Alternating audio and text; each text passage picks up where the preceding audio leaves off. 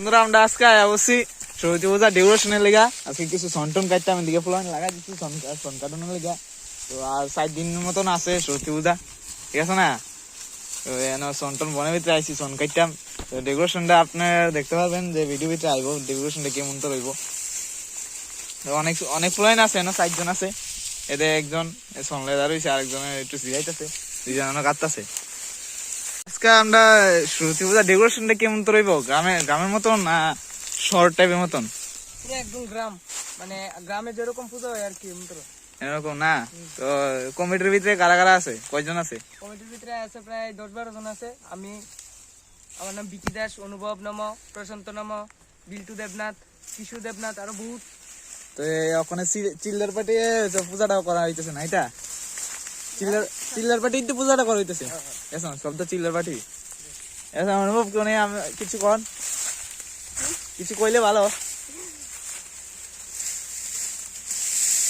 পূজাটা কেমনে করন? পূজা তো আগে 7 দিন আছে। পূজাটা খুব সুন্দর করে সন দিয়ে বানাইয়া তৈরি করলাম ঘরটারে। আমরা সরস্বতী পূজা ঘরটা তো অনেক সুন্দর হয়। আমরা আইসি আজকে আছি বেজলা বনের ভিতরে কিছু সন্টন কাটটা ওখানে জামগা বাড়ির আগ জায়গা গেছি, আগ জায়গা পরিশ্রম করছে এ জায়গা। তো এই সন বেশি পাইছি না, পরিশ্রম বেশি হয়েছে। আরেকজন আইসি, আরেকজন আয়া কইছে যে এই জায়গা অনেক কিছু সন আছে, কিছু এদিকে আয়া কাটা শুরু করলাম। তো বেশিক্ষণ লাগবে না, 10 মিনিট লাগবে প্রায় শেষ সন কাটা। এদিকে বাইরে সন কাটতেছে খুব সুন্দরভাবে। নেক্সট ভিডিও ভিতরে ফাইলে আমরা রেগুলেশনটা কেমন করবো। তো সরস্বতী পূজার আগে কমপ্লিট হয়ে যাবো ভিডিও।